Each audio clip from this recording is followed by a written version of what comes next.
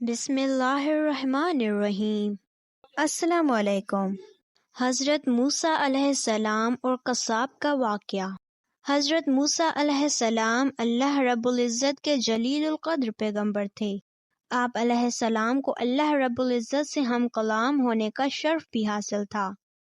ایک مرتبہ حضرت موسیٰ علیہ السلام جب کوہ طور پر اللہ رب العزت سے ہم کلام ہوئے تو انہوں نے اللہ تبارک و تعالیٰ سے پوچھا کہ جنت میں میرا ہمسایہ کون ہوگا؟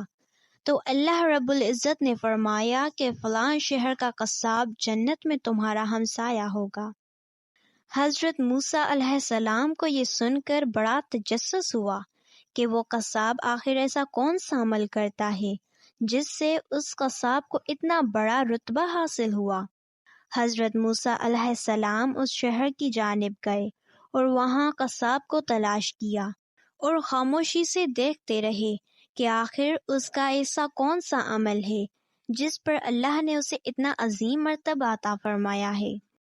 دن بھر اس قصاب نے معمول کے مطابق گوشت فروخت کیا، لیکن ایک گوشت کا ٹکڑا الگ رکھا، پھر اس ٹکڑے کو تھیلے میں ڈال کر گھر کی جانب چلا۔ حضرت موسیٰ علیہ السلام بھی اس کے پیچھے پیچھے اس کے گھر تک گئے۔ پھر حضرت موسیٰ علیہ السلام نے اس قصاب سے اس کا مہمان بننے کی گزارش کی، جو اس نے باخوشی قبول کر لی۔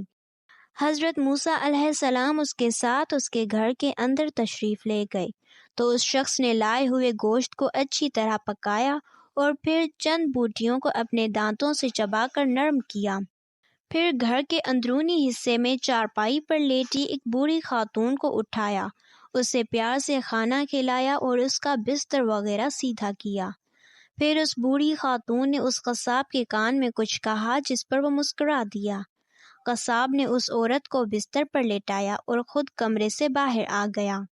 پھر اس نے حضرت موسیٰ علیہ السلام کو کھانا کھلایا۔ کھانا کھانے کے بعد حضرت موسیٰ علیہ السلام نے اس سے دریافت کیا کہ بستر پر لیٹی ہوئی خاتون کون ہے اور اس نے تمہارے کان میں کیا کہا تھا؟ جس پر اس قصاب نے بتایا کہ وہ میری والدہ ہیں، وہ بے حد سادہ عورت ہیں، میں جب بھی ان کی خدمت کرتا ہوں اور ان کو کھانا کھلاتا ہوں تو وہ مجھے یہی دعا دیتی ہیں کہ اے اللہ میرے بیٹے کو جنت میں موسیٰ کا ہمسایہ بنانا، جس پر میں مسکرا دیتا ہوں کہ کہاں میں ایک معمولی سا قصاب اور کہاں اللہ رب العزت کے برگزیدہ نبی۔ اس پر حضرت موسیٰ علیہ السلام نے فرمایا کہ میں ہی موسیٰ ہوں اور مجھے اللہ نے بتایا ہے کہ تو جنت میں میرا ہمسایہ ہوگا، یہی سن کر میں تمہاری زیارت کے لیے آیا ہوں۔ اللہ رب العزت سے دعا ہے کہ ہمیں بھی اپنے والدین کی خدمت کرنے کی توفیق دے۔ ملتے ہیں ایک دوسرے واقعے کے ساتھ، جب تک کے لیے اللہ حافظ۔